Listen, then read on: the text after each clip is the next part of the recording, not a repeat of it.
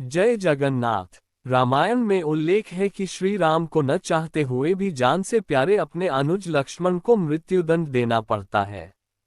आइए जानते हैं आखिर क्यों भगवान राम को देना पड़ा लक्ष्मण को मृत्युदंड। ये घटना उस वक्त की है जब श्री राम लंका विजय करके अयोध्या लौट आते हैं और अयोध्या के राजा बन जाते हैं। एक दिन यम देवता कोई महत्वपूर्ण चर्चा करने श्री राम के पास आते हैं। चर्चा इस बारे में था कि श्री राम जी का धरती पर आने का प्रयोजन पूरा हुआ।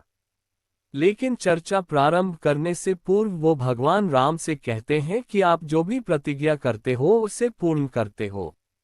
मैं भी आपसे एक वचन मांगता हूं कि जब तक मेरे और आपके बीच वार्तालाप चले तो हमारे बीच कोई नहीं आएगा और जो आएगा उसको आपको मृत्युदंड देना पड़ेगा।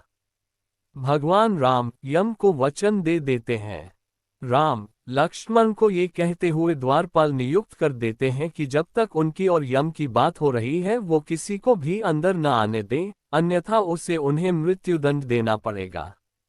लक्ष्मण भाई की आज्ञा मानकर द्वारपाल बनकर खड़े हो जाते हैं। लक्ष्मण को द्वारपाल बने कुछ ही समय बीतता है, वहां पर ऋषि दुर्वासा का आगमन होता है। जब दुर्वासा ने लक्ष्मण से अपने आगमन के बारे में राम को जानकारी देने के लिए कहा तो लक्ष्मण ने विनम्रता के साथ मना कर दिया।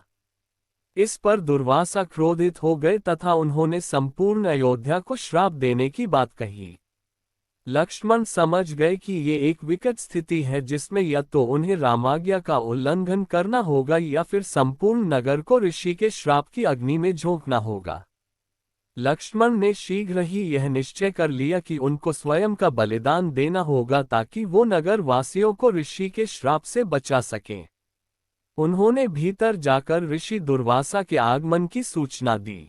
राम भगवान ने शीघ्रता से यम के साथ अपनी वार्तालाप समाप्त कर ऋषि दुर्वासा की आवभगत की। परंतु अब श्री राम दुविधा में पड़ गए क्योंकि उन्हें अपने वचन के अनुसार लक्ष्मण को मृत्युदंड देना था।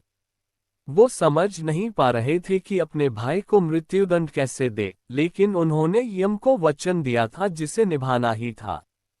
इस दुविधा की स्थिति में श्री राम ने अपने गुरु का स्मरण किया और कोई रास्ता दिखाने को कहा। गुरुदेव ने कहा कि अपने किसी प्रिय का त्याग उसकी मृत्यु के समान ही है, अतः तुम अपने वचन का पालन करने के लिए लक्ष्मण का त्याग कर दो। लेकिन जैसे ही लक्ष्मण ने ये सुना तो वे विकल हो गए। उन्होंने राम से कहा कि आप भूल कर भी मेरा त्याग नहीं करना, आपसे दूर रहने से तो यह अच्छा है कि मैं आपके वचन का पालन करते हुए मृत्यु को गले लगा लूं।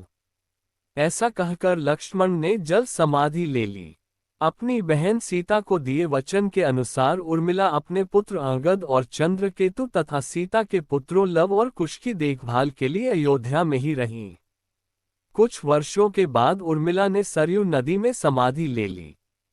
ये वीडियो आपको कैसा लगा कमेंट करके जरूर बताएं। ऐसी ही वीडियो देखने के लिए चैनल को सब्सक्राइब करना ना भूलें।